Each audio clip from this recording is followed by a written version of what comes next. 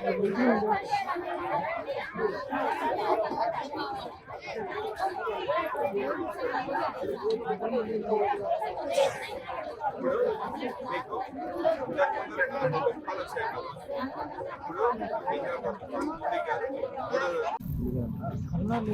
లేకుండా ఎంట్రీ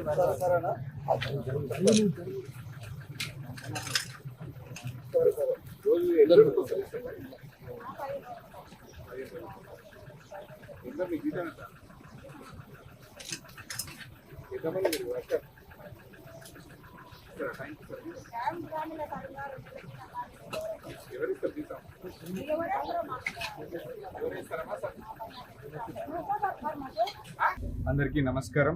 ఈరోజు పార్లమెంట్ ఎన్నికల ప్రచారంలో భాగంగా కొల్లాపూర్ నియోజకవర్గం వీపనగండ్ల మండలం కల్వరాల గ్రామానికి రావడం జరిగింది.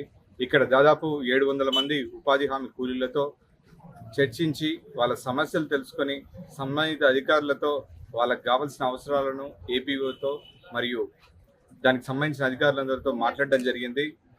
భారతదేశంలో అతిపెద్ద వ్యవస్థ కలిగిన ఈ ఉపాధి హామీ కూలీల కోసం ప్రభుత్వం 277 రూపాయల నుంచి 300 రూపాయల వరకు పెంచింది.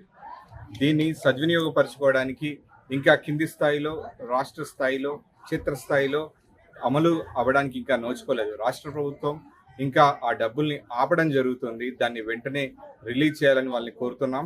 అదేవిధంగా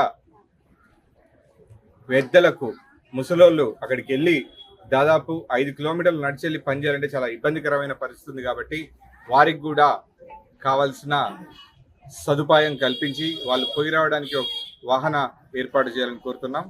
ఈరోజు ఎలక్షన్లో ప్రచారంగా కేవలం ఎలక్షన్లు అంటే 20 రోజులు ఉండి ఓటేసిపోయేది కాకుండా ప్రజలకు సేవ చేయాలనే దృక్పథంతో ఈరోజు వచ్చి వాళ్ళ సమస్యలు తెలుసుకొని వాటిని పరిష్కరించడానికి ఆ సంబంధిత అధికారుల దగ్గరికి వచ్చి మాట్లాడడం జరిగింది.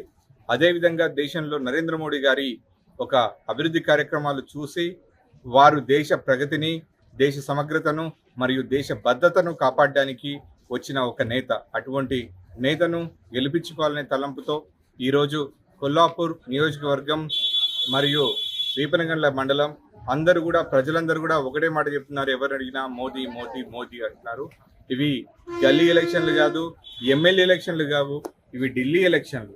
ఇవి నరేంద్ర మోడీ గారిని ప్రధానమంత్రిని చేసి మనం ప్రపంచంలో నరేంద్ర మోడీ గారు ఎంత గొప్ప లీడరో అని చూపించడానికి వచ్చిన అవకాశాన్ని మనం సద్వినియోగపరచుకొని మన మోడీ గారిని మరొకసారి ప్రధానిగా చేసి నన్ను పార్లమెంటుకు పంపిస్తే నేను ఇక్కడ సమస్యలన్నిటికీ కూడా అక్కడ పరిష్కారం కనుగొంటాను. మీ అందరికీ సేవ కలిగే భాగ్యం నాకు కల్పిస్తారని మనస్ఫూర్తిగా దీవించమని కోరుకుంటున్నాను. ధన్యవాదాలు.